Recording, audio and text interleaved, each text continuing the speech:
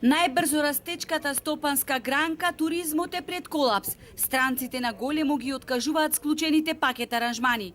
Холандските туроператори се правдаат дека немале време да ја лансираат продажбата на аранжманите за нашата земја, бидејќи холандската влада се до средината на месец јули не дозволува летови надвор од државата, вклучително и во Македонија.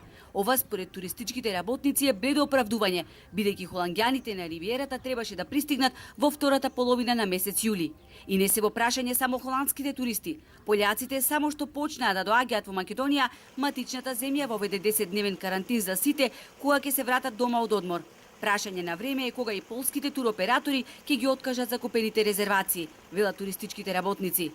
Од оние надежи што ги имавме дека оваа сезона не може да биде полоша од претходната, најверојатно се ближиме кон едно слично, ако не и полоши сценарij од минатата година.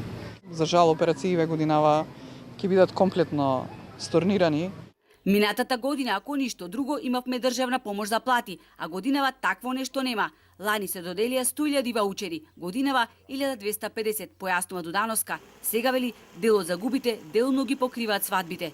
Бројот на гости е многу мал. Ширењето на заразата ги плаши потенцијалните гости, а на проблемите им нема крај.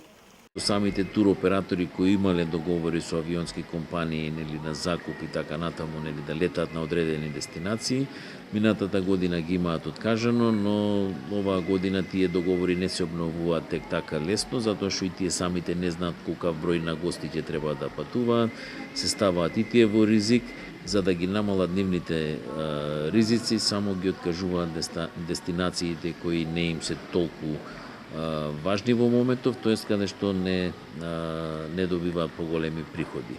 Хотелските капацитети сред лето се исполнети само 10%, и тоа претежно од домашни и мал број странски гости кои доаѓаат во приватна режија.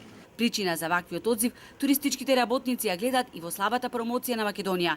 Дипломатската офанзива затаи, а се пропуштија и сите саеми за туризам надвор од земјава.